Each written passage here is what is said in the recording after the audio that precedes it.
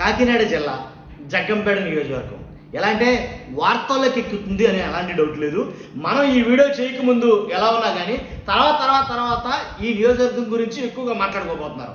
ఎందుకని అంటే కాకినాడ జిల్లా జగ్గంపేట నియోజకవర్గంలో ఒక విచిత్రమైనటువంటి పరిస్థితి నెలకొంది. ఎలా అంటే అక్కడ జగ్గంపేట నియోజకవర్గం ఎమ్మెల్యే జ్యోతుల నెహ్రూ గారికి, అలాగే అక్కడ జనసేన ఇన్ఛార్జ్ ఎవరైతే తుమ్మలపల్లి రమేష్ ఉన్నారో వీళ్ళిద్దరికి అసలు పట్టంలా. నిజమండి, తుమ్మలపల్లి జనసేన ఇన్ఛార్జ్ తుమ్మలపల్లి రమేష్కి, అలాగే జ్యోతుల నెహ్రూ గారికి వీళ్ళిద్దరికి పడటం లేదు. పడక చాలా వివాదాలు, మరీ చిన్న కారణాలు కూడా గొడవలు అయిపోతున్నాయి ఇక్కడ. కాబట్టి ఇక్కడ ఇప్పుడు జరిగిన గొడవ చిన్న కారణం కాదు.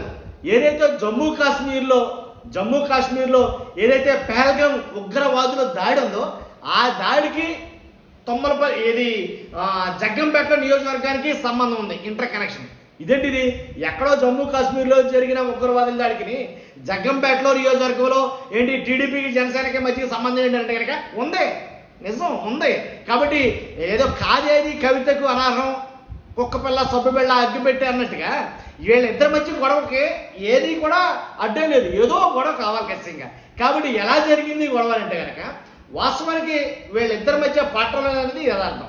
ఇలా ఒక్క నియోజకవర్గం కాదు, ఏదైతే ఇప్పుడు మనం చెప్పుకుంటున్నామో కాకినాడ జిల్లా జగ్గంపేట గురించి మాట్లాడుకున్నామో ఇదే కాకుండా ఆంధ్రప్రదేశ్లో చాలా నియోజకవర్గాలు ఉన్నాయి. మనం చెప్పాలంటే కనుక చాలా నియోజకవర్గాల్లో అంటే కూటమికి జనసేనకి మధ్య పడకపోవడం అనేది జరుగుతుంది. ఇది వాస్తవం.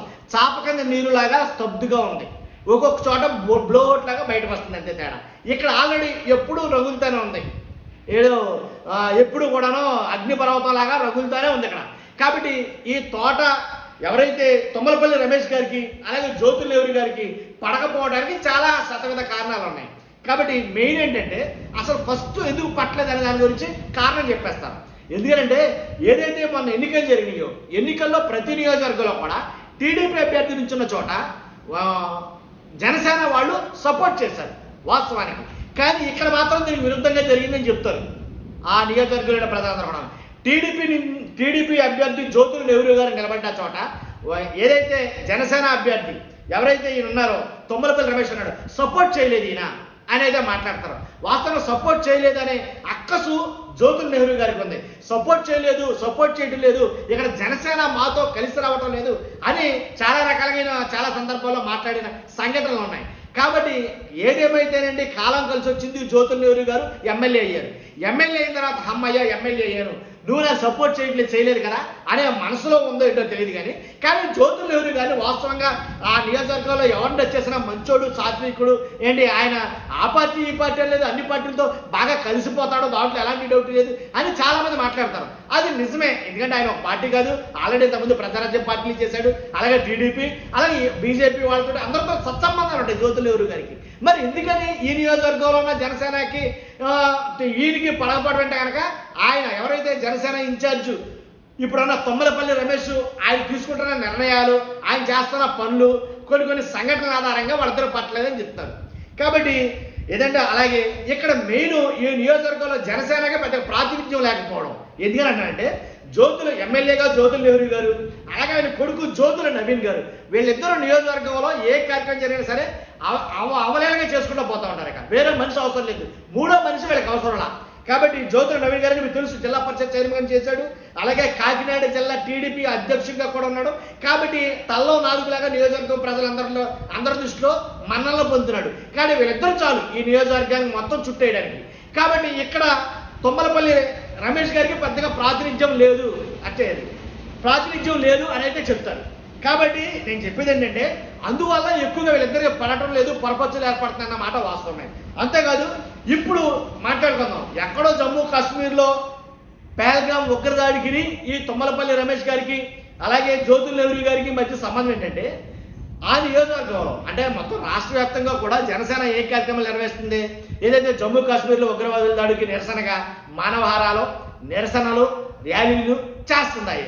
కాబట్టి ఇలాంటి సమయంలోనే ఇదే నియోజకవర్గంలో జగ్గంపేట నియోజకవర్గంలో తుమ్మలపల్లి రమేష్ ఆధ్వర్యంలో మానవహారం ఏర్పాటు చేశారు ఉగ్రదాడికి వ్యతిరేకంగా. కాబట్టి నిరసన తెలియజేస్తూ మానవహారం ఏర్పాటు చేస్తే అదే దారిన ఎమ్మెల్యే జ్యోతుల నెహ్రూ గారు అదే దారిలో రావడంతో ఆ దారిలో వస్తున్న ఎమ్మెల్యే గారికి తన కారులకి ఏంటి ట్రాఫిక్ క్లియర్ చేయాలి కాబట్టి వీళ్ళందరినీ పక్కకి జరిపించారు ఆ లోకల్ ఎస్ఐ.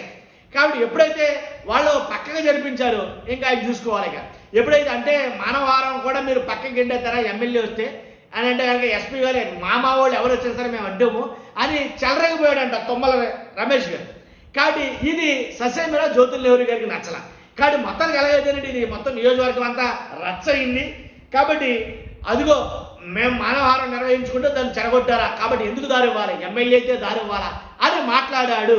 అంతేకాదు నియోజకవర్గంలో ఒక వర్గానికి సంబంధించిన వాళ్ళు ఏం చెప్తారంటే అవడానికి అక్కడ టీడీపీ ఎమ్మెల్యే జ్యోతుల్ నెహ్రూ గారైనా కానీ నేనే ఎమ్మెల్యే అన్నట్టుగా, ఎవరో జనసేన ఇన్ఛార్జ్ ఇక్కడ ఈ నియోజకవర్గానికి నేనే ఎమ్మెల్యే అన్నట్టుగా తన వైఖరి ఉంది అని కొంతమంది ఒక వర్గానికి సంబంధించిన వాళ్ళు మాట్లాడతారు. కాబట్టి నేనే ఎమ్మెల్యేని, నన్ను ఎదిరించేవాడు ఎవడో నాకు ఎదురేంటి, నేను ఎవడో నాకు ఎదురొచ్చేది అన్నట్టుగా మాట్లాడతాడు చాలా సందర్భాల్లో అనేది మాట్లాడతాడు.